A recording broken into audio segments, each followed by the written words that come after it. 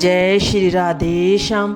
आज हम अश्विन कृष्णा इंदिरा एकादशी की कथा सुनेंगे। धर्मराज युधिष्ठिर कहने लगे कि भगवान अश्विन कृष्ण पक्ष की एकादशी का क्या नाम है, उसकी विधि और फल क्या है, सो कृपा करके कहिए। श्री कृष्ण कहने लगे कि इस एकादशी का नाम इंदिरा एकादशी है। यह एकादशी पापों को नष्ट करने वाली तथा पितरों को अधोगति से मुक्ति दिलाने वाली है। हे राजन, ध्यानपूर्वक इसकी कथा सुनो। इसके सुनने मात्र से वाजपेयी यज्ञ का फल प्राप्त होता है। पहले सतयुग के समय में महेशमती नाम की नगरी में इंद्रसेन नाम का एक प्रतापी राजा धर्मपूर्वक अपनी प्रजा का पालन करते हुए शासन करता था। वह राजा पुत्र पौत्र और धन धान्य से संपन्न तथा विष्णु का परम भक्त था। एक दिन जब राजा सुखपूर्वक अपनी सभा में बैठा था तो आकाश मार्ग से देव ऋषि नारद उतरकर उसकी सभा में आए। राजा उनको देखते ही हाथ जोड़कर खड़ा हो गया और विधि पूर्वक आसन व अर्घ्य दिया। सुख से बैठकर मुनि ने राजा से पूछा कि हे राजन, तुम्हारे सातों अंग कुशल पूर्वक तो हैं, तुम्हारी बुद्धि धर्म में और तुम्हारा मन विष्णु भक्ति में तो रहता है।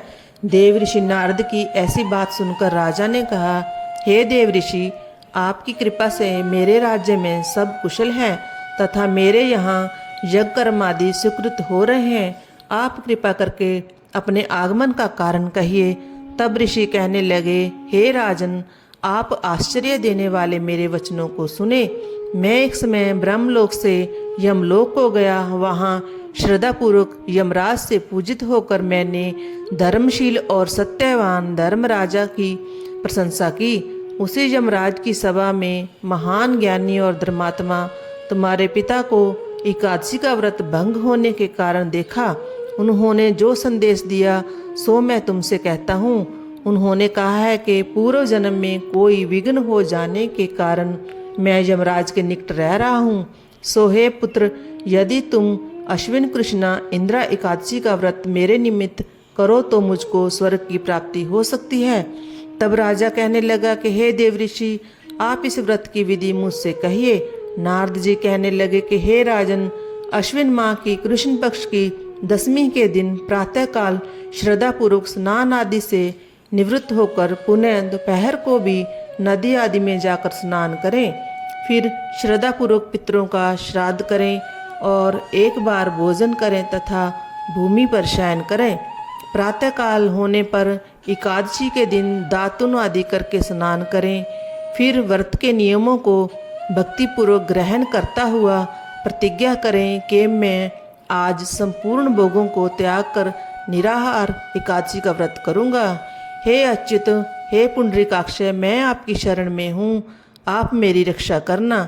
इस प्रकार नियम पूर्वक शालिग्राम की मूर्ति के आगे विधि पूर्वक श्राद्ध कर योग्य ब्राह्मणों को फलाहार का भोजन करावें और दक्षिणा देवें। पितरों के श्राद्ध से जो बच जाए उसको सूंघकर गौ को दे तथा धूप दीप गंध पुष्प नैवेद्य आदि सब सामग्री से ऋषिकेश भगवान का पूजन करें। रात में भगवान के निकट जागरण करें। इसके पश्चात द्वादशी के दिन प्रातःकाल होने पर भगवान का पूजन करके ब्राह्मणों को भोजन करावें। भाई बंधुओं, स्त्री और पुत्र सहित आप भी मौन होकर भोजन करें। नारद जी कहने लगे कि हे राजन, इस विधि से यदि तुम आलस्य रहित होकर इस एकादशी के व्रत को करोगे तो तुम्हारे पिता अवश्य ही स्वर्गलोक को जाएंगे। इस प्रकार उपदेश देकर नारद जी अंतर्ध्यान हो गए। नारद जी के कथनानुसार राजा द्वारा अपने बांधवों तथा दासों सहित व्रत करने से आकाश से पुष्प वर्षा हुई और उस राजा का पिता गरुड़ पर चढ़कर विष्णु लोक को गया।